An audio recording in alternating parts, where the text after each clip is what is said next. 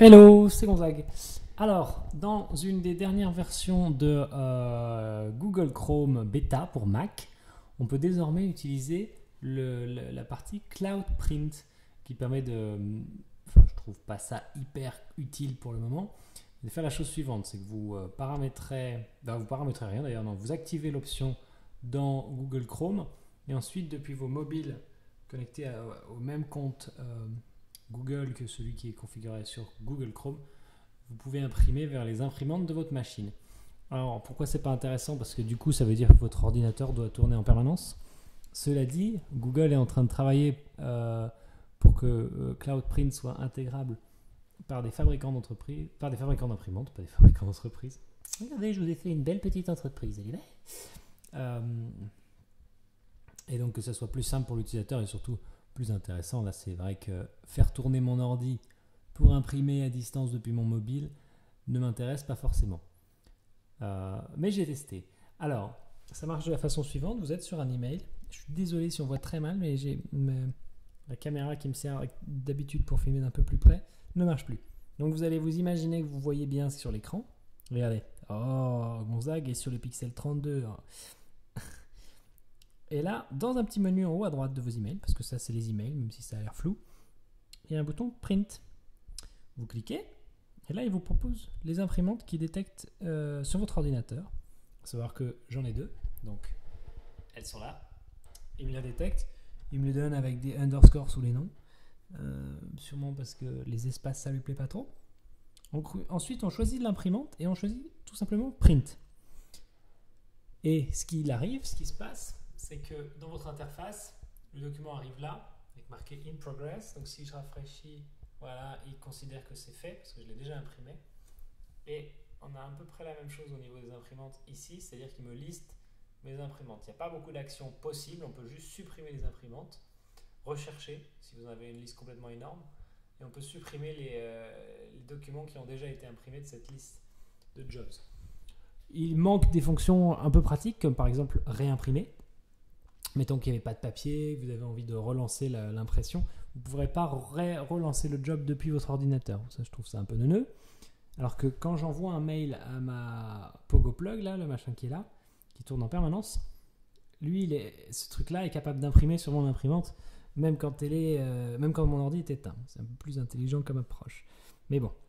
Donc voilà. Vous lancez l'impression sur votre mobile. Ça ne marchera pas si vous le faites imprimer depuis Google Docs sur votre ordinateur. Ça ne servirait à rien. Il suffirait d'imprimer directement. Mais depuis votre mobile, ça marche. Pour l'instant, c'est vrai que c'est pas très très bien intégré. Ça marche que si vous avez Google Chrome avec la bêta. Alors sur Windows, c'est un peu plus complet. Dans Chrome OS, ce sera uniquement disponible de cette façon-là. Vous ne pourrez pas imprimer avec une imprimante normale. Il faudra une imprimante qui soit en Cloud Print. Ce qu'expliquait Google. Qu'est-ce que j'ai remarqué qui était débile? Oui, alors il ne gère pas bien les accents. Bon, ça, c'est pas la fin du monde. Mais c'est dommage. Et à part ça, voilà, c'est pas très très évolué, ni à mon avis spécifiquement intéressant à l'heure actuelle. Surtout que les constructeurs comme Hewlett-Packard et d'autres d'ailleurs développent de plus en plus d'imprimantes connectées qui ont des adresses email. Et pour moi, c'est quand même plus sympa d'avoir une imprimante avec une adresse email, ou en tout cas qui marche de cette façon-là, parce que ça veut dire que je peux lui envoyer tout type de fichiers et elle va les imprimer tout seul, plutôt que Cloud Print qui va marcher pour l'instant qu'avec les applis Google, qu'avec le navigateur Google, machin, donc qui finalement est très très bridé dans l'usage et pas si intelligent que ça en termes de mobilité tant que l'ordinateur de l'utilisateur doit rester allumé. Je trouve ça, après peut-être que je me trompe, mais tout le monde ne laisse pas son ordinateur allumé en permanence quand il s'en va du bureau de la maison. Ah oui, voilà, je sais ce qui était complètement con.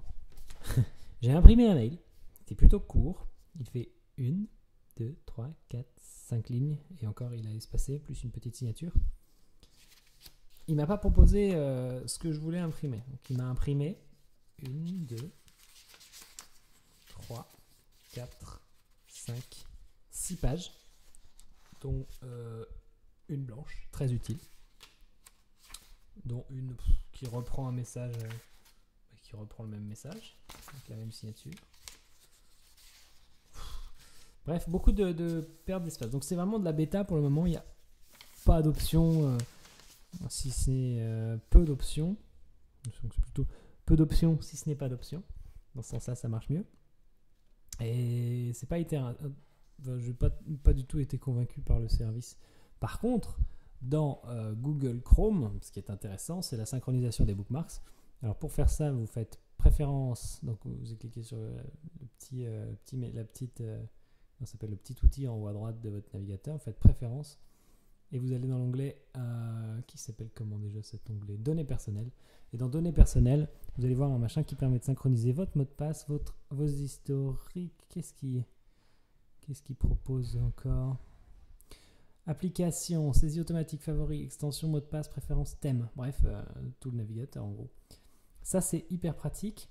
Et dans le futur, je suppose que on va retrouver ces favoris dans le navigateur d'Android, que on va synchroniser ces mots de passe et qu'on les retrouvera aussi sur Android. À partir de là, ça va devenir quand même assez intéressant. Ça va aussi casser le business en partie des éditeurs de logiciels comme OnePassword et LastPass, puisque on aura un système totalement intégré, un peu à la MobileMe. Je me souviens plus si MobileMe synchronise les mots de passe sur les téléphones. C'est vrai qu'en situation de mobilité, il est quand même sympa d'avoir le mot de passe de ses sites favoris stocké en mémoire sans avoir à les rechercher ou faire appel à des méthodes mémotechniques. Alors mon mot de passe c'était C pour canard, B pour Britney Spears.